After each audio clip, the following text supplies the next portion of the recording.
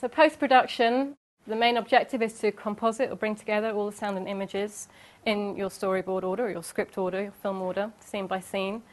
And when you're at the computer editing, it's good to have your script and your storyboard by your side, see what order you need to put things in. You'll digitize or capture your video material into the collections bin of your movie maker project. You need to check with your IT support and your technicians where it's best to store that.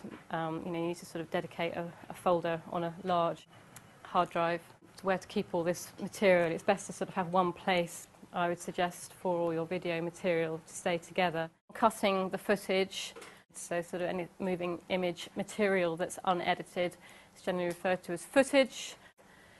Your first job with editing is to reset your in and out points on your shot.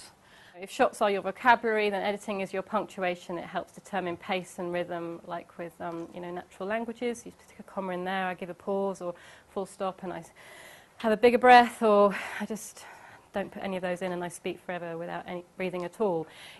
It's about creating pace and rhythm, and that's particularly important when you're looking at creating genres as well. So if you're doing a thriller or an action film or a horror film or a romance film or a comedy, you might need to vary the pace. So that's about the relationship between the length of the shots to one another.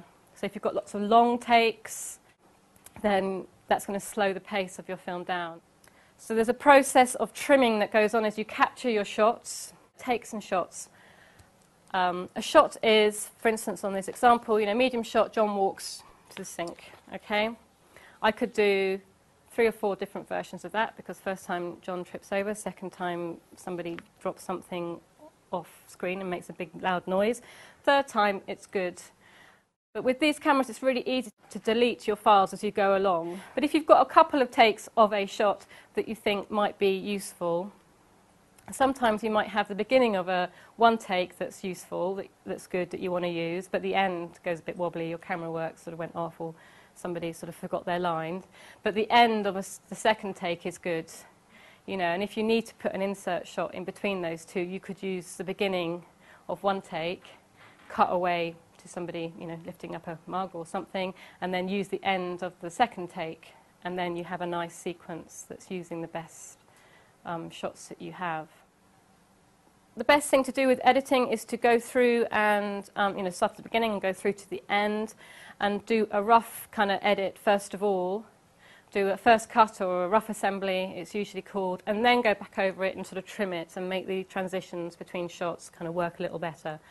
So you can just cut and trim the in and out points of your shot. We talk about adjusting the in and out points of a shot when you're editing digitally.